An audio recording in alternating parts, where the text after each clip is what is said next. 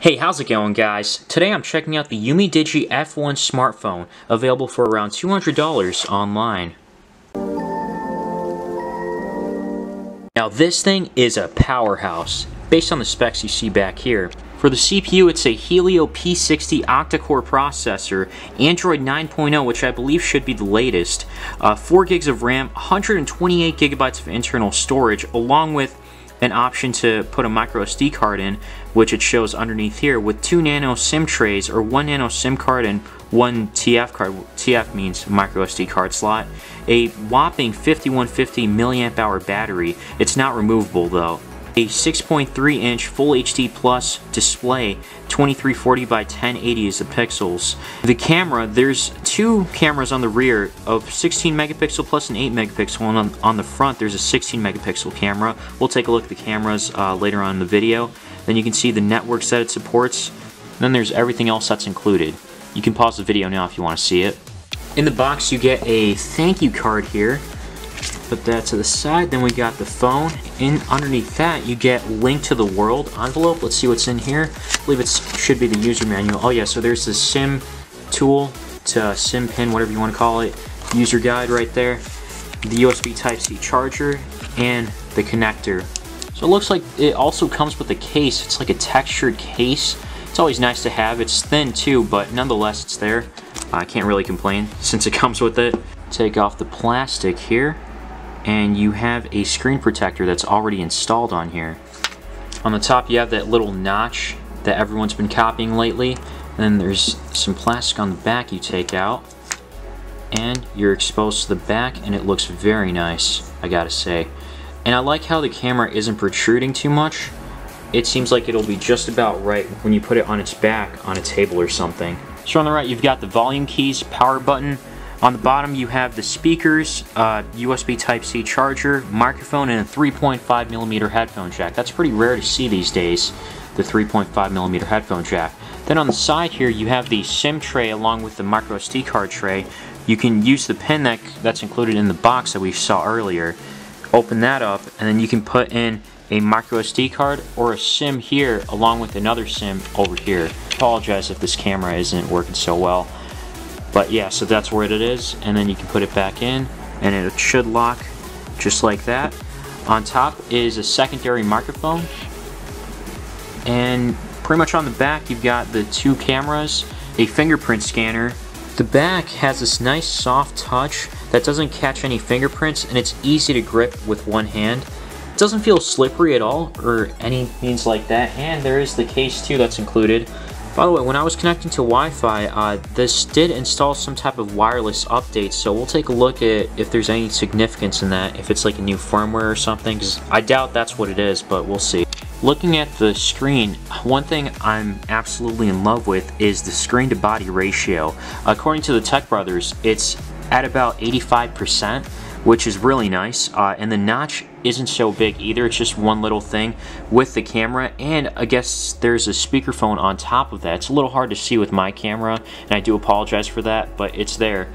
And so when you go from left to right, you can go to Google search. From bottom to top you can see all your apps, and this is all the apps that it comes with. There's not too much bloatware either, but if we look in the storage space, there's only about 10% that's been used, and that's really low. So only 12 gigabytes used out of 128 gigs. That's really nice. Now give or take, when you do connect to Wi-Fi and you update all the apps, it might be a little less than that, give or take.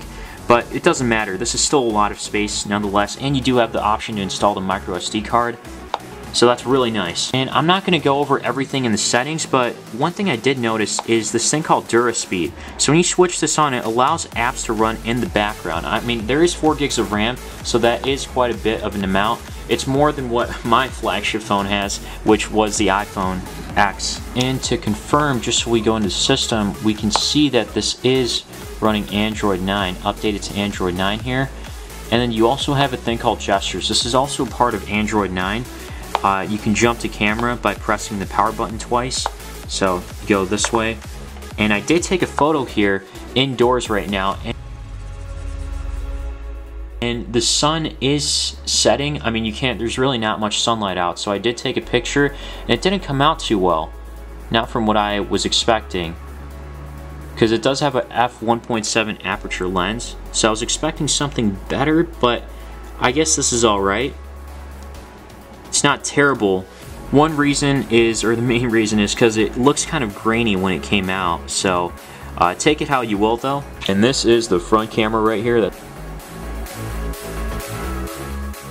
And the shot actually came out pretty nice. It's not too grainy or pixelated. Yeah, everything came out relatively nice on the front camera. I mean, better than what I was expecting at least. So I went outside, and it is a cloudy day, but I tried to get some pictures here. Now, between these two, which one do you think is HDR and non-HDR?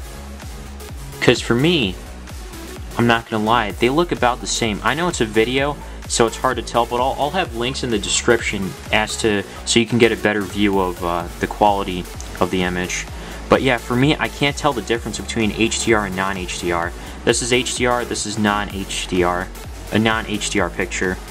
If anything, I am kind of impressed on how it's able to get moving vehicles in a picture frame. It's like it doesn't look blurred out or anything too much.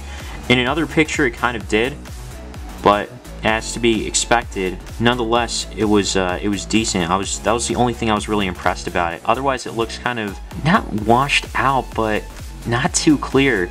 But then again, it was a cloudy day, so in sunlight, I want to test this out too. I might do that in an update video or even a review video. I mean, let me know what you guys think down below. On the Antutu benchmark, this gets a score of around 139,000, and that's a relatively high score.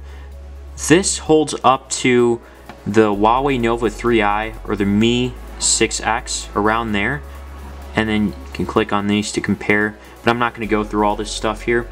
And then I also tested this on the Geekbench multi-score, or the multi-core score and the single core, and it seems to hold up around the Galaxy S7 and Note 7's range for the multi-core, and the single core was more so around the level of the Galaxy S7 and Redmi Note 3. But benchmarks are one thing, performance is another, so I'm checking out two games here. One is going to be Fruit Ninja here, and both these games are going to be free. Now, one thing I noticed with the games so far, and I'm not sure if this is for all of them, but it seems like there is a bit of, it doesn't cover the full screen, and I guess that's alright, but you're going to be playing in a slightly smaller screen. I don't know if that matters too much to a lot of people. But nonetheless, this game, I haven't noticed much slowdown at all or anything, so it's worked out really well so far. Next game I'm checking out here is Injustice 2, another free game.